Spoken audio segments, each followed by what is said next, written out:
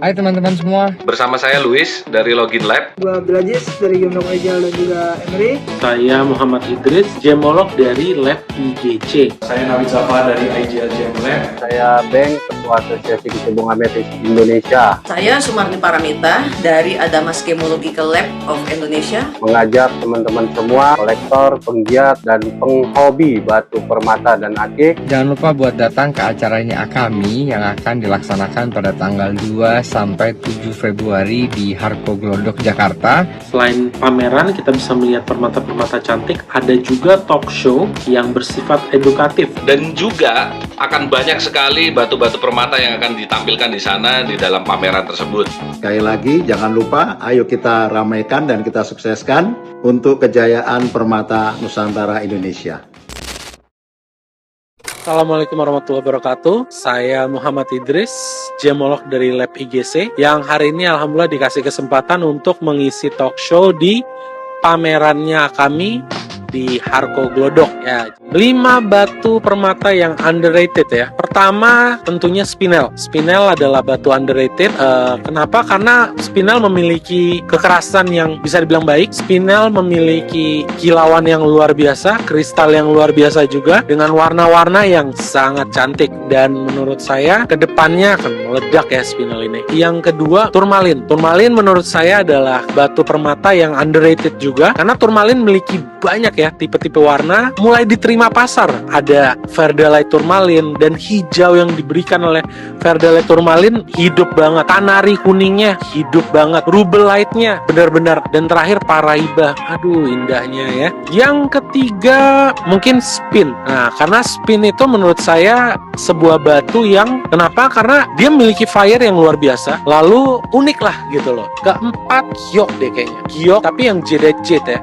Giok jadeite menurut saya batu yang sudah udah top tier. Nah, yang kelima mungkin saya akan membawa batu yang saya paling suka, yaitu opal. Menurut saya opal itu underrated banget dengan play of color yang luar biasa, apalagi black opal ya. Saya terutama suka banget black opal. Dan kalau udah dapet play of color yang indah, itu nggak ada bosan-bosannya. Oke, ini unik nih. Ini pertanyaan yang kompleks dan bisa berbeda-beda ya. Cuman ini menurut pengalaman saya sendiri. Pertama, menurut saya itu nggak jauh dari batu-batu yang underrated tadi. Pertama, spinel. Menurut saya spinel akan mengalami perubahan minat yang sangat tinggi. Karena orang-orang mulai sadar dan mulai nggak kebeli spinel tuh. Saya ngomong yang quality bagus ya. Harganya tuh udah nggak seperti yang kita kenal dulu. Kedua, saya ngerasa batu garnet. Jadi garnet itu dulu mungkin banyak yang kenal garnet tuh gelap, terlalu gelap gitu ya. Cuman sekarang garnet begitu cakep keluarnya, warna-warna intens, vibrant, bahkan sampai ada istilah-istilah seperti dragon garnet, dimana dia UV reaktif. Dan itu ya kalau ngerti sainsnya itu luar biasa sih.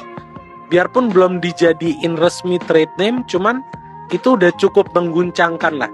Jadi menurut saya orang kalau mau nyari batu permata yang nyala, affordable, garnet. Dan namanya batu permata lama-lama tuh ada habisnya. Jadi batu yang sekarang affordable, berapa tahun ke depan belum tentu affordable loh. Nah, terus batu yang ketiga lagi mungkin turmalin ya. Jadi saya juga melihat sebuah fenomena orang-orang mulai beralih dulu yang pengertiannya semi precious salah. Mereka mulai mengerti bahwa semi precious itu bukan sesuatu yang buruk. Justru mereka beralih ke semi precious karena kebanyakan semi precious tuh banyak juga yang nggak ada treatment. Itu yang mereka incer tuh. Nah, batu-batu seperti turmalin yang memberikan kita varian warna yang luar biasa, kombinasi bicolor turmalin yang lucu-lucu, watermelon turmalin, atau yang warnanya solid yang rubellite ya gitu, atau batu yang eksotis sekali seperti paraiba.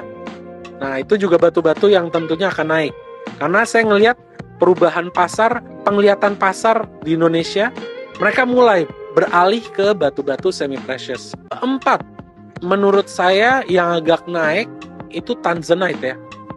Karena harga blue sapphire sendiri itu mengalami peningkatan yang gila, signifikan. Dan menurut saya Tanzanite itu merupakan sebuah solusi yang dicari oleh penggemar Blue Sapphire. Itu dari penglihatan saya ya. Jadi Tanzanite, terutama yang dominan blue, itu dicari banget tuh. Mungkin saya akan mengarah lagi ke Black Opal lagi. Karena itu benar-benar batu favorit saya. Dan kalau bisa nih, cari yang natural. Nggak gampang, nggak murah.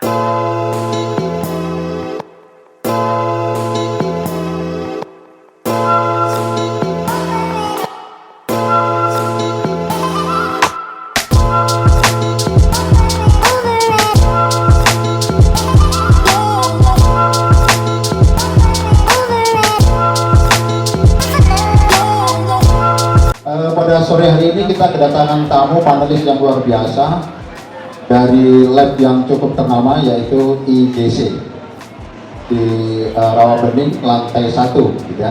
Baik, kita perkenalkan dan kita sambut dengan meriah tamu kita sore hari ini, Bung Idris. Oke, dari laboratorium IGC.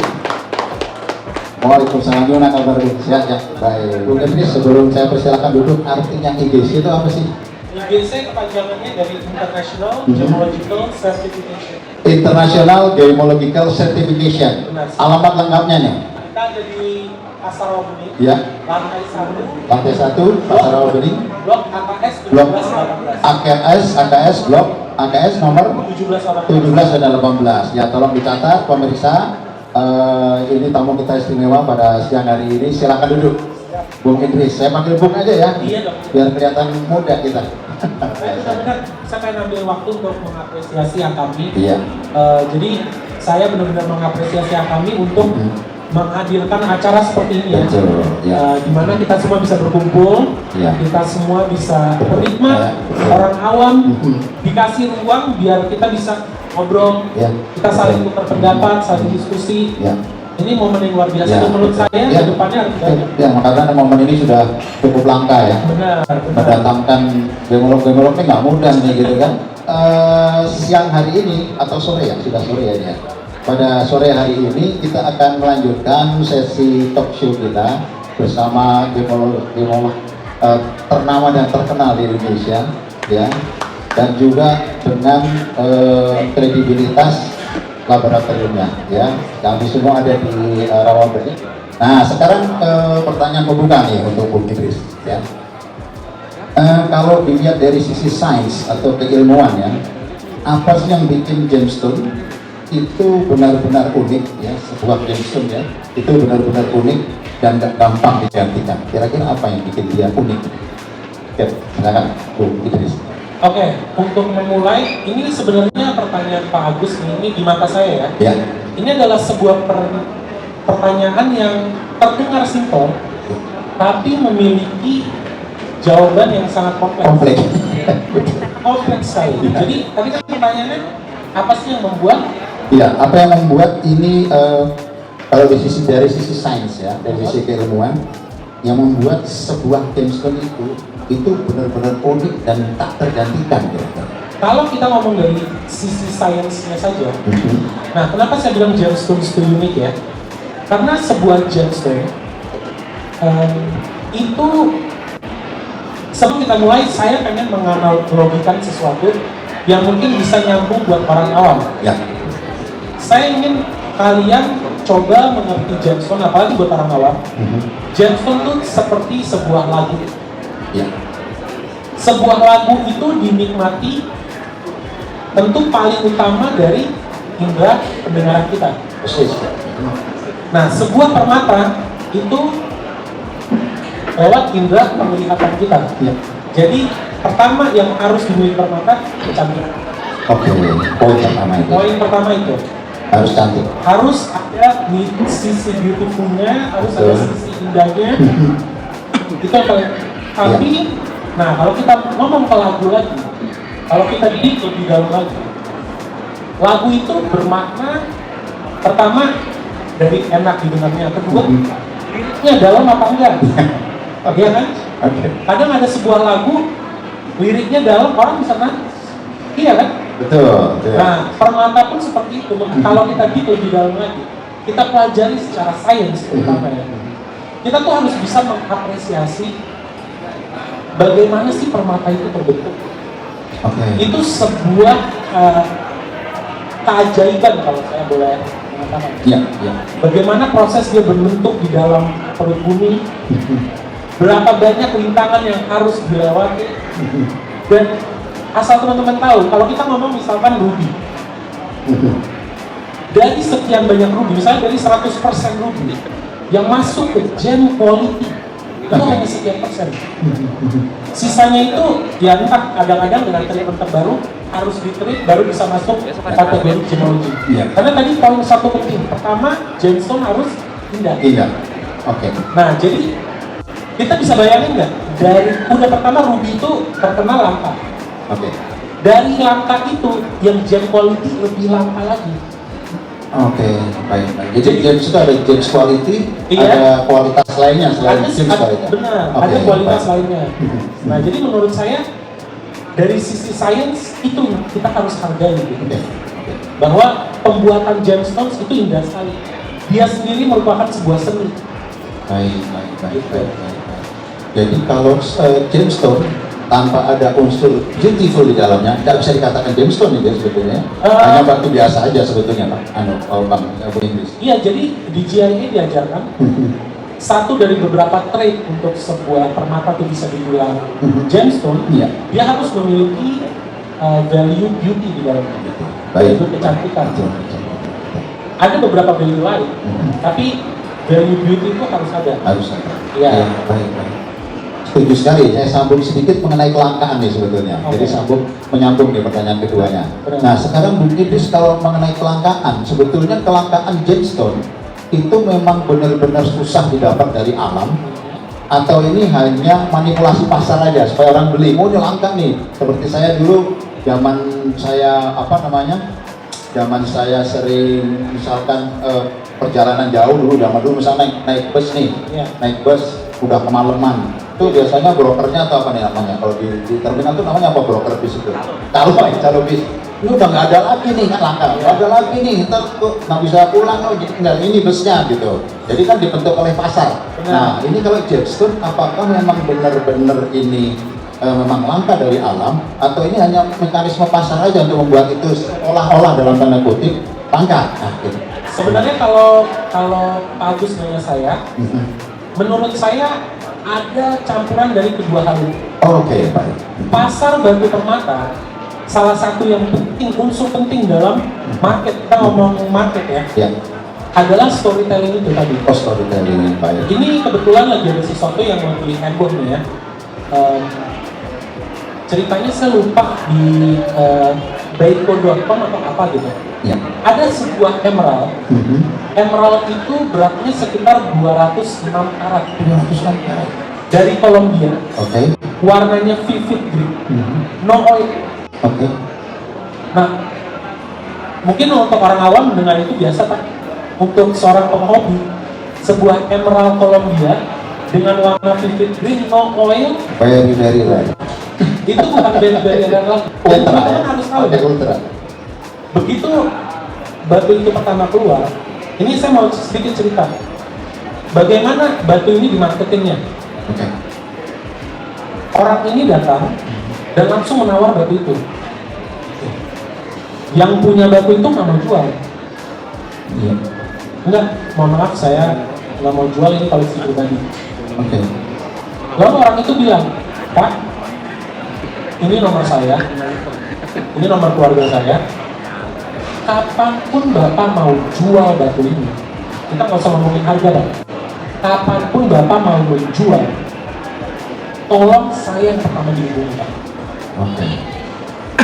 Dan setelah 40 tahun, yang bersangkutan udah meninggal.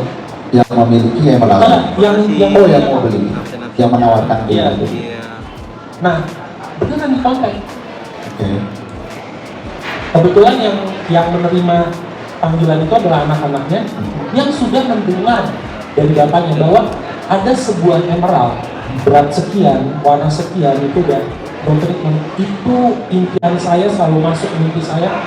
Pokoknya itu harus kita miliki gimana pun caranya.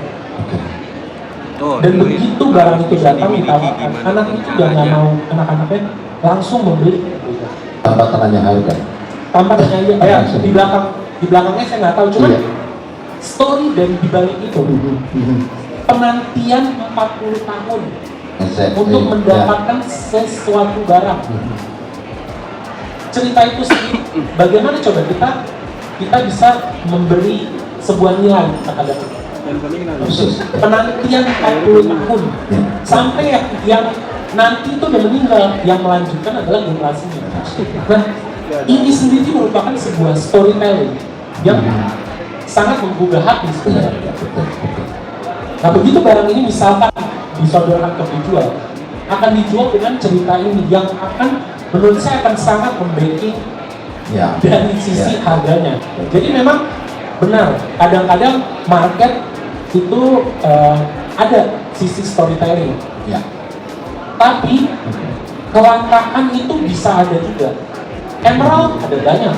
Sekarang kalau kita main ke pasar Robening, ada aja dari 100 toko di pasar Robening, 70 toko punya emerald. Artinya kalau kita ngomong tapi emerald yang quality, apakah dari 70 toko itu punya berapa yang punya quality emerald? Ya, karena dari batu permata sendiri tiap quality itu udah beda-beda. Kita nggak bisa pukul rata. Jadi menurut saya campuran dari kedua itulah. Campuran dari keduanya. Jadi ada storytellingnya yang itu akan membentuk pasar, gitu kan? Nilai historis. Menurut saya kadang-kadang menurut saya nih sangat penting untuk kita, apalagi di zaman sekarang ini udah dimudahkan. Jadi menurut saya itu udah menjadi kewajiban bagi orang yang ingin coba membeli, orang yang ingin coba terjun ke dunia ini untuk melakukan riset sedikit. Jadi menurut saya seorang pembeli, biarpun dia awam, dia udah memiliki kewajiban melakukan transaksi, lakukanlah riset dulu. Itu kan sekarang bagus, kita udah gampang ya. Gampang sekali. Zaman dulu, zaman internet belum ada, mungkin lebih susah ya. Zaman informasi yang sifatnya standar itu mudah kita peroleh. Atau di Indonesia, para penggemarnya ini lebih memperhatikan sisi ilmiahnya atau sisi ininya sebetulnya, story-nya sebetulnya. Kalau dari pemain, realitasnya nih kira-kira. Nah, storytelling tadi seperti saya bilang itu termasuk dalam salah satu unsur dalam dunia batu permata. Nggak bisa kita pungkiri. Cuman terkadang apa yang terjadi di Indonesia, kalau kita ngomong secara realita, kadang-kadang mungkin ada storytelling yang sedikit misleading. Nah, dengan kita equip diri kita sendiri dengan informasi-informasi yang tepat, insya Allah kita akan terjauhi dari misleading ini. Nah, saya melihat anak-anak muda baru itu mereka lebih terbuka untuk mau belajar, dan itu membuat diri saya senang gitu. Saya rasa kedepannya industri permata di Indonesia tuh bisa lebih positif. Betul. Karena niat anak-anak muda ini saya lihat yang regenerasi baru ini positif juga gitu. Oke, kan saya ini juga bagus rutin ini mungkin udah 2 atau 3 bulan ya. Saya melakukan sesi live di mana saya mengundang beberapa narasumber dan biasa berbeda-beda. Ada yang konten kreator, tapi yang berbau permata ya. Ada pemain lama. Nah, dari beberapa yang saya undang juga ada pemain-pemain baru yang menurut saya mereka lumayan interesting untuk kita tanyain. Nah, dan regenerasi permata itu mulai terjadi, dan satu hal yang menurut saya sukai ya gitu ya. Anak-anak muda zaman sekarang mungkin karena dibantunya dengan teknologi gitu ya. Mereka tuh sangat tech savvy. Dan mereka haus akan informasi. Mereka mulai ingin pergi ke arah jalan yang lurus gitu, menghindari sesuatu yang sifatnya bisa kurang baik. Dan mereka mau belajar, itu yang saya sukai banget. Nah, dan saya juga melihat minimal sekarang kalau orang mau jualan permata itu harus memiliki memo atau hasil sertifikat. Kalau zaman dulu, saya ngomong zaman berapa? 20 tahun lalu mungkin, Memo7 itu belum sampai sekarang. Iya. Orang main percaya-percaya aja, cuman lebih zaman kesini lebih banyak teknologi terbaru bisa menciptakan sintetis terbaru yang tidak kasat mata ya. Nah, orang-orang berpaling ke hal yang lebih pasti, dan anak-anak muda menggunakan fasilitas ini tuh bikin saya senang gitu. Dan mereka mau bergaul dengan kita untuk tahu lebih gitu. Dan alhamdulillah saya sih ngeliat ya perkembangan perkembangan lab lah yang ada di Indonesia ini. Kebanyakan dari kita yang kredibel itu kita sangat open. Kita membuka ruang untuk publik bisa berkomunikasi sama kita, bisa bertanya gitu. Nah, dan mereka juga antusiasmenya ini juga luar biasa gitu. Jadi gitulah. Ya, satu batu, katakanlah ruby lah atau sapphire ya, satu batu yang sama, tapi dengan dengan status country origin yang beda, kenapa bisa berbeda harganya gitu? Ini pertanyaan sejuta umat ya, pasti udah banyak pertanyaan seperti ini, tapi mungkin kalangan awam pengen tahu juga gitu, kenapa kira-kira? Bung Idris. Oke, pertama kita harus mengerti memang sempat terjadi sebuah fenomena di Indonesia di mana sempat terjadi ya. Maksud saya dengan bahasa saya sempat terjadi, menurut saya ini sudah mulai dibenarkan, udah mulai diluruskan. Dulu sempat ada tuh origin nomor 1. Gitu. Iya. Kualitas nomor 2. Kualitas nomor 2. Sempat terjadi dan itu mengkhawatirkan. Nah, tapi itu balik lagi, anak muda zaman sekarang tuh mereka mau belajar. Mindsetnya udah beda. Mindsetnya beda. Dan mereka mau menerima masukan-masukan. Kita nggak usah ngomong dari gemolog nih. Kita ngomong dari pemain batu lama yang ngerti.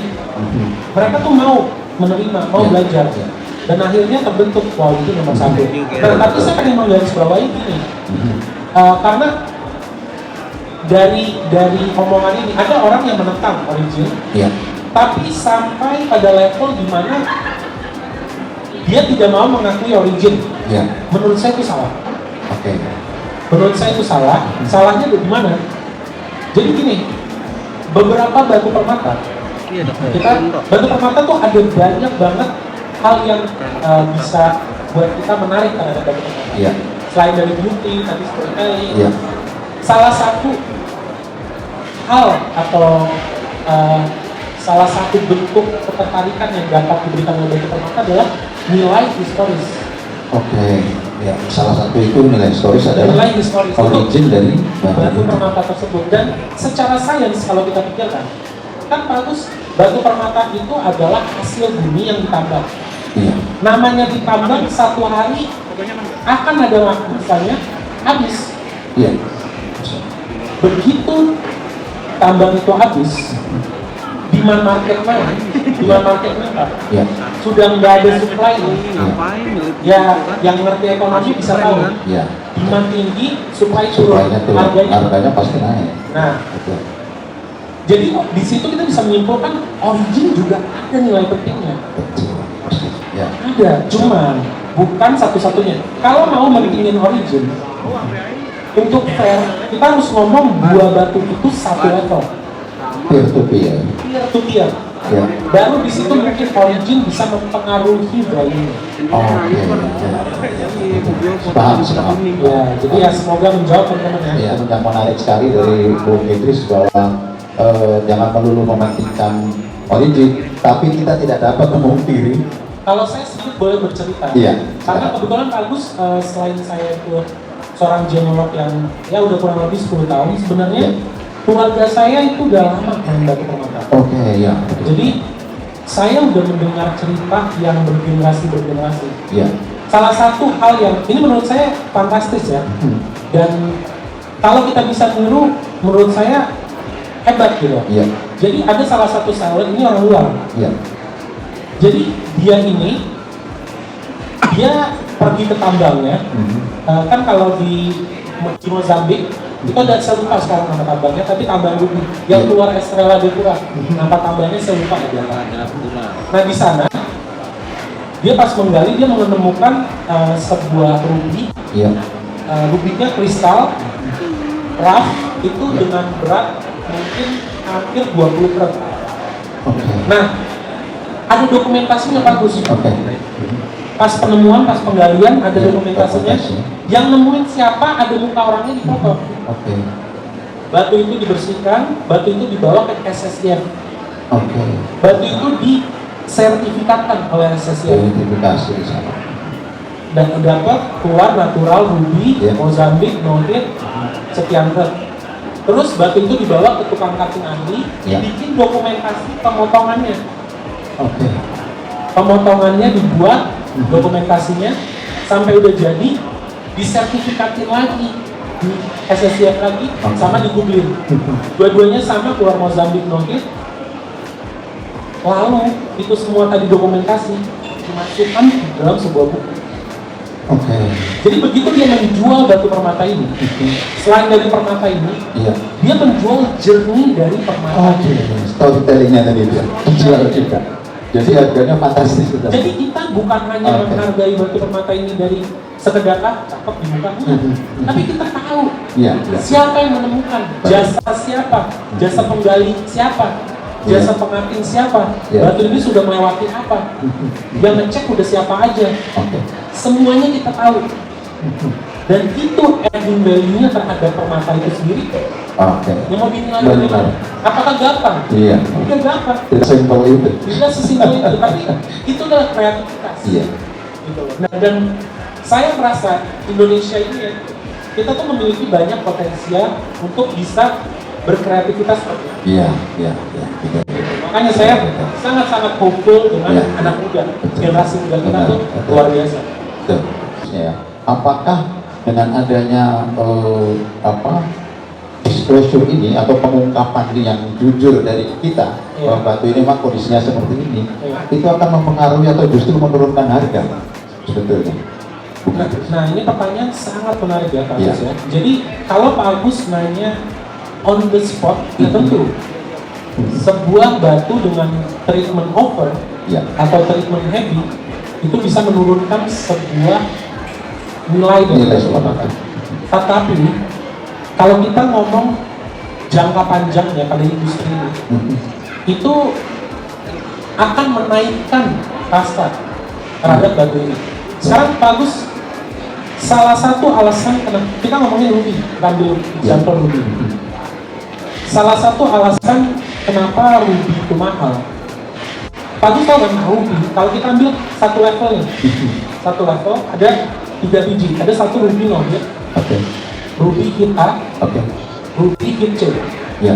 satu level, warnanya sama, Clarity-nya mirip ya. mirip-mirip. Cuman treatment itu bisa membuat harganya tuh beda-beda kan? Iya, betul. Nah, itu juga yang bisa membuat kelangkaan.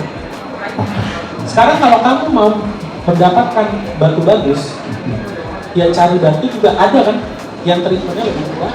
Dengan tanpa treatment aja batunya udah kayak gitu, berarti itu fantastis. Nah terus satu Pak saya pengen menambahkan ya. Jadi saya pengen teman-teman nih di sini mendengarkan, saya nggak pernah mengecilkan atau tidak pernah menyebutkan orang yang berjualan batu yang treatment tinggi. Nggak usah kita ngomong batu treatment tinggi, batu sintetis sekalipun. Oke. Batu permata itu harus selalu sesuatu yang bisa dinikmati. Ya. Setuju. Saya justru senang dengan adanya batu permata high treatment. Dengan adanya high treatment, dulu bagus barang-barang yang tracknya terlalu banyak itu nggak bisa diapa-apain, dibuat. Iya, betul, betul. Tapi begitu, oh ternyata bisa digaspilingin Betul. dan masih menarik. Ya, ya. Nah, akhirnya terbentuk sebuah segmen yang cocok buat kaum bawah. Jadi batu permata nggak eksklusif buat kaum atas doang. Ya, Dan itu membuka sebuah ruang baru. ya. Begitu pula sintetik. Kalau ada orang yang seneng karena warna, tapi dia Event itu sintetik. dia pakai. Oke, pakai. Dan saya nggak pernah mempermasalahkan itu. Cuman saya akan mempermasalahkan kejujuran. Iya, iya. Karena kejujuran itu menurut saya kunci dari majunya bisnis ini. Jadi bisnis ini nih, bisnis batu permata tuh itu udah berjalan menggunakan currency yang paling tua di dunia, itu currency trust. Kalau trust itu nggak ada, dimanapun bisnis ini akan flop. Nah, jadi menurut saya ingin mengajak teman-teman jangan melihat dari sisi singkatnya aja, bahwa wah kalau keluarnya sekarang jelek, nanti gue jualnya juga jelek. Nggak kayak gitu. Tapi lihat dari, oh gue jual ini, dan teman-teman harus bangga, saya menjual ini gitu. Ya, betul. Gitu loh. Nggak ada, itu nggak jelek, cuman semuanya memiliki segmennya masing. Menarik. Iya, jadi ya gitu ya teman-teman ya. Ya. Jadi bukan saya mengatakan Aceh itu kurang, karena sempat pernah ada yang merasa, wah Pak Idris setek Aceh, oh terbalik. Justru saya berterima kasih dengan adanya Aceh, bagus. Batu permata itu nggak hanya untuk kaum atas, Persis. bisa dinikmati banyak orang. Gitu loh. Dan sedikit saya mau tambahin Pak Idris, jadi kadang nih ya, nah ini pentingnya informasi, kenapa kita harus mencari informasi? Terkadang ada beberapa treatment yang dilakukan, itu bukan gunanya merubah sesuatu, tapi dilakukan untuk melindungi, menambahkan durability. Kayak saya kasih contoh, misalkan doublet atau triplet pada opal. Kita sama-sama tahu opal itu batu yang bekas, batu yang sangat cantik, batu yang sangat indah, memiliki fenomena yang luar biasa yang disebut playoff color, beautiful banget. Kebetulan batu yang paling saya gemari.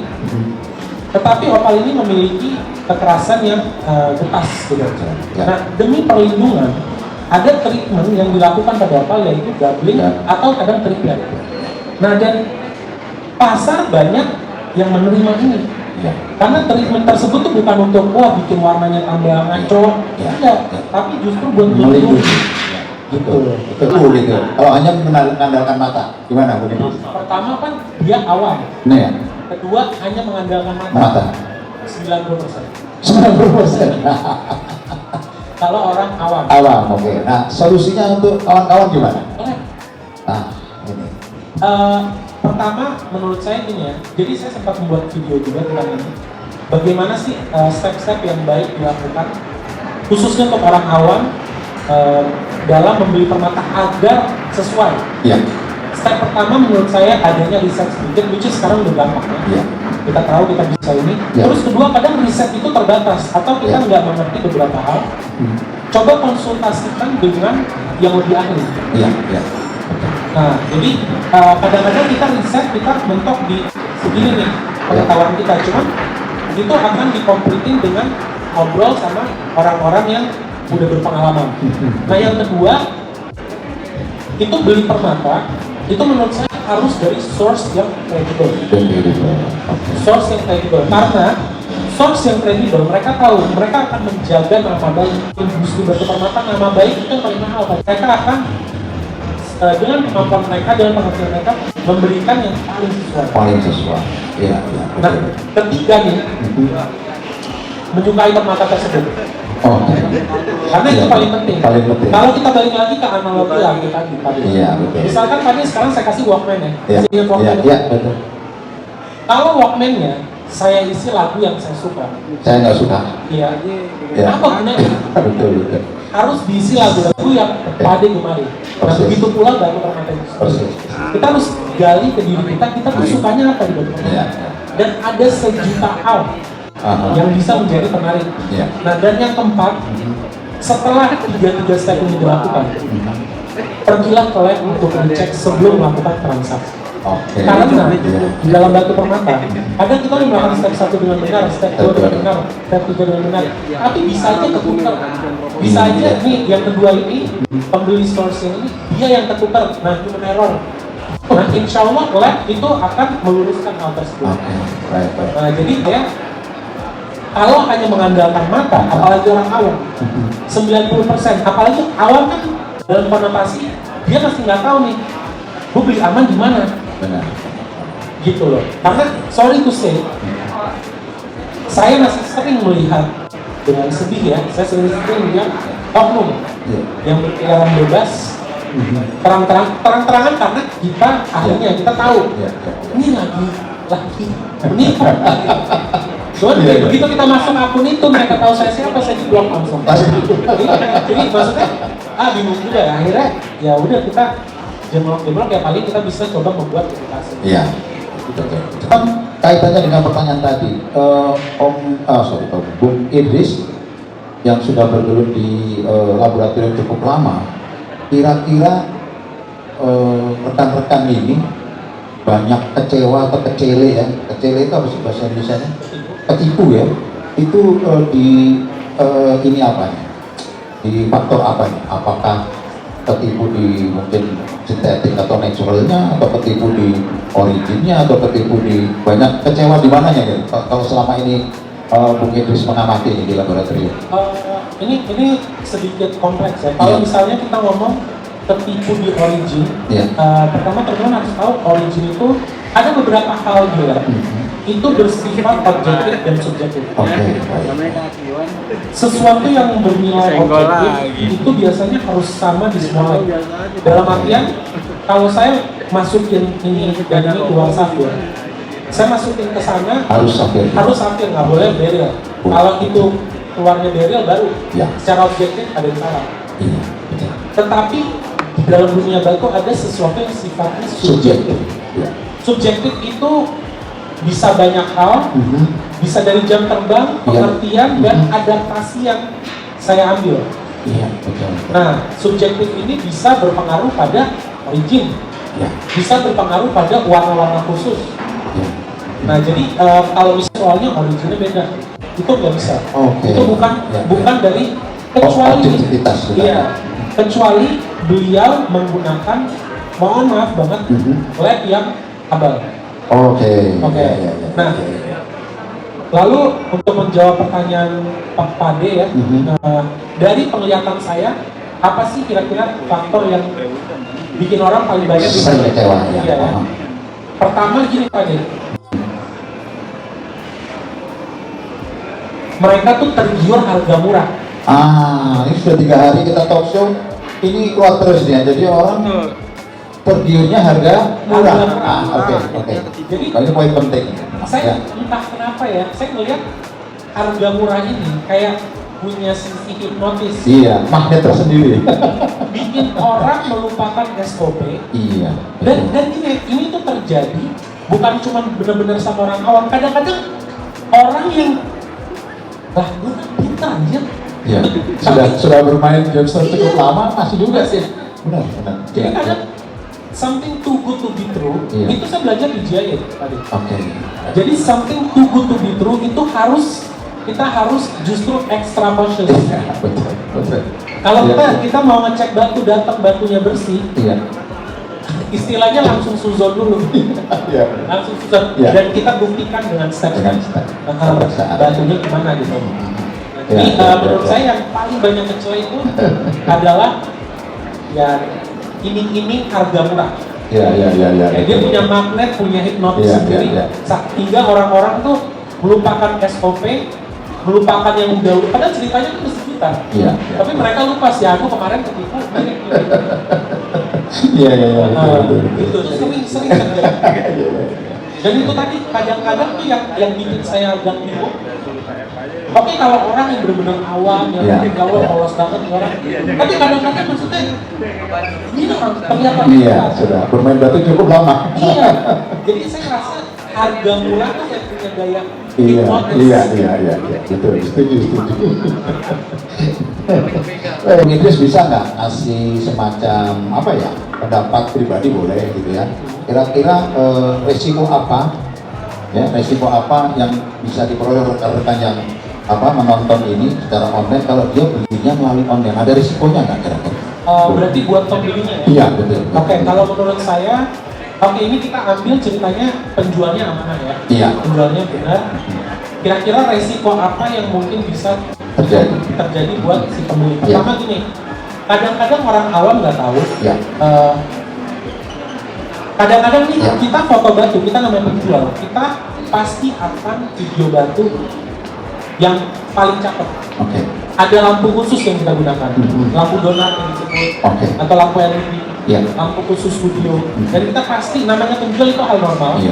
Kita yang menjual barang kita pasti bikin angle yang pas dan terlihat cakep. Iya. Nah, menurut saya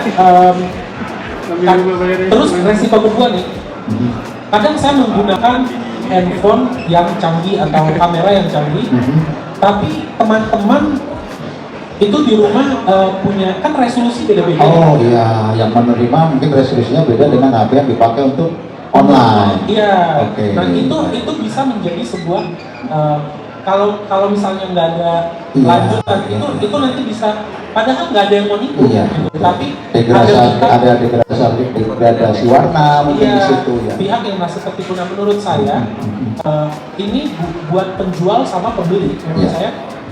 Menurut saya penjual nggak boleh, namanya kita jualan udah hak pembeli untuk nanya-nanya, sedikit ribet, sedikit rewel. Dan si penjual juga coba tanya, misalkan dia mau beli batu, dan dia orang yang teliti, dia maunya apa yang gue beli harus sesuai kayak gini. Iya. Ya minta lah, coba lihat video outputnya. Oke. Ini kan video di bawah Lampu. ya di studio lah. Iya. Coba dong di dalam ruangan misalnya. Iya. Coba dong di bawah Matahari. misalnya. Yang dia bisa memiliki sebuah kesimpulan. Iya. Terus nggak ada salahnya tanya, misalkan gini Tanzanite. Iya. Tanzanite itu batu yang memiliki dua warna yang sangat Iya. biru dan violet. Ada violet, ada Iya. biru. Ya. Yang paling dinikmati biru. Kadang-kadang ya kalau saya penjual, saya bikin video saya coba kasih lihat kebanyakan birunya.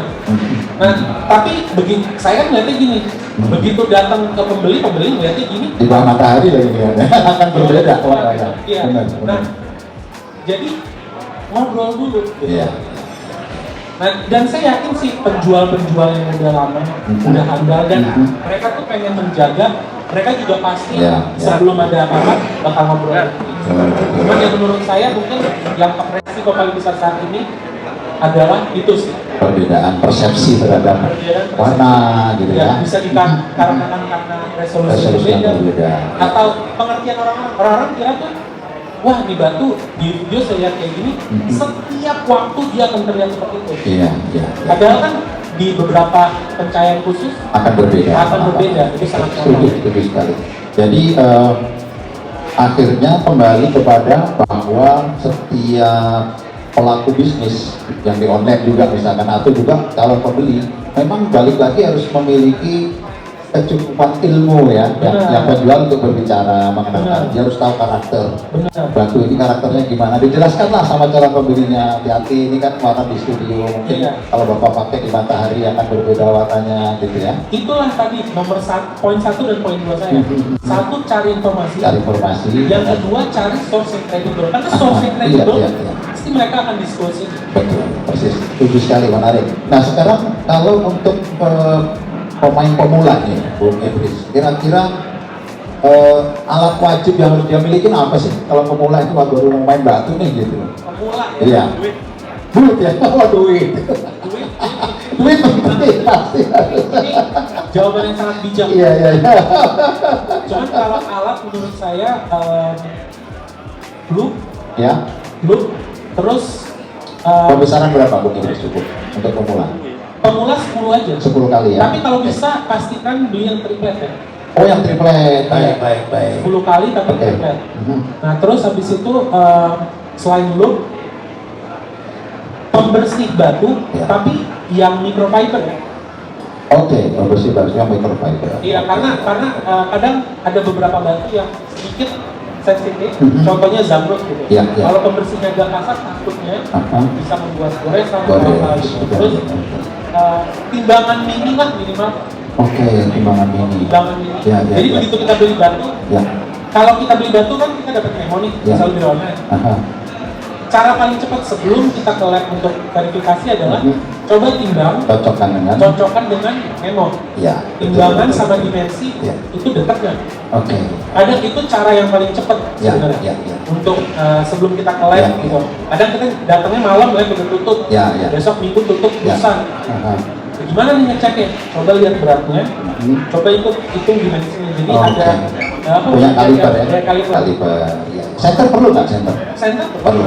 Baik, jadi ini saya selingin challenge sedikit untuk Bung Idris. Langsung jawab cepat salah satu. Kalau Bung Idris penikmat batu atau penggemar batu itu lebih percaya mata, alat atau sertifikat? Langsung jawab salah satu.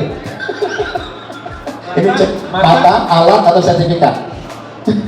alat. Alat ya. Oke.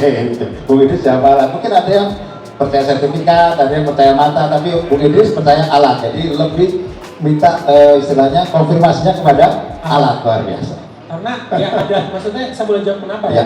Karena mata itu tadi kan saya jawab. Betul. Kalau kita hanya Andalkan 90%. salah. Karena zaman sekarang Ya. sintetik itu benar-benar gila Ya, ya, pakai ya. Nah, terus kenapa nggak sertifikat? Karena ada banyak kasus, termasuk sertifikat Ya, saya, ya. itu dipalsukan. Oke, sudah ada yang Oh, palsukan. banyak. Itu palsu. Oke. Pemalsuan Kalau sertifikat. boleh disebutkan, mungkin rekan-rekan di rumah pengen tahu nih yang palsu seperti apa, yang natural apa namanya? Nah, sebenarnya itu agak panjang ya. Oke, Cuman oke. teman-teman kalau misalnya bisa follow akun IG saya, Iya. itu saya udah bikin ada dua malah. Iya. Cara pertama, fisik asli dari hasil memo atau sertifikat IGC itu bagaimana. Video kedua, bagaimana cek keaslian. Kadang udah terlihat asli, tapi ini beneran asli atau enggak? Oke. Jadi kita memang udah membuat video itu agak panjang. Oh, ada videonya? Ada. Di mana nih? Di TikTok? Ada di TikTok, ada di YouTube, ada di Oke. Instagram. Boleh tahu TikToknya apa? Bung Idris jelaskan ke pemirsa. Boleh igclab.jkt. Itu untuk TikTok, igclab.id untuk Oke. Instagram. Oke. Lalu untuk YouTube-nya IGC Games Lab. Oke, rekan-rekan bisa ya mengunjungi salah satu sosial media di Metro IGC dan sana ada informasi Ada. video tentang itu ya. Tentang itu kita buat Oke. dua video. Pertama Baik. bagaimana fisiknya terlihat dari memo, dari sertif. Iya, Bahkan iya. ada juga video yang udah ada tuh Oke. orang pemalsuan, cuman pemalsuannya masih ya yang SDM rendah lah, Iya, iya, masih iya. gampang. Masih gampang Ya, dilihat. cuman ya itu nggak menutup kemungkinan kedepannya akan Iya, lebih iya, iya. canggih lagi. Jadi Betul. ya kita sih sudah menerapkan beberapa Pengaman ya? pengaman-pengaman yang udah ada tentunya. Iya. Dan insya Allah kita udah berkomitmen untuk update selalu. Oke. Bahkan tim kita nih di IGC kita lagi jalan tuh kita sambil mikir ini next keamanan nih apa Apa yang mau ditingkatkan? Iya, karena keamanan tuh penting sekali. Ya. Karena mereka akan mengikuti terus nih. Dikasih pengaman ini dia ngikutin. Benar, Ya, toh? benar. Jadi kita harus inovatif untuk memikirkan nih. kira-kira. Benar. Ya maksudnya oknum-oknum yang ingin menyalahgunakan aja kreatif. Kita juga harus ngambil alat kreatif. Betul. Jangan kasih Ya. ruang gerak. Nah makanya kenapa saya jawab alat? Karena alat kalau saya yang menggunakan alat, saya tahu cara menggunakan alat itu. Alat itu akan memberi tahu saya data yang saya butuhkan. Betul. Gitu, makanya saya jawab alat. Betul. Memang itu salah satu bentuk kita untuk mengkonfirmasi dugaan-dugaan yang kita punya gitu kan. Benar. Betul sekali. Ini jawaban jenius dari Bung Idris luar biasa.